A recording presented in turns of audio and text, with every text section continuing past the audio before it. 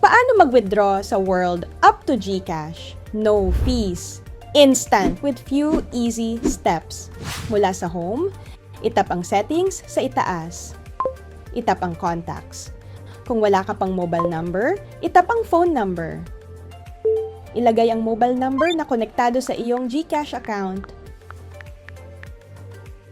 At itap ang confirm. Bumalik sa home at itap ang wallet sa ibaba. Itap ang send. Itap ang World Coin. Sa search bar, itype ang 1GCash PH. Siguraduhin may blue check at verified badge ang 1GCash PH. At itap ang address. Mag-enter ng amount ng gustong i-withdraw o pindutin ang maximum. At itap ang continue.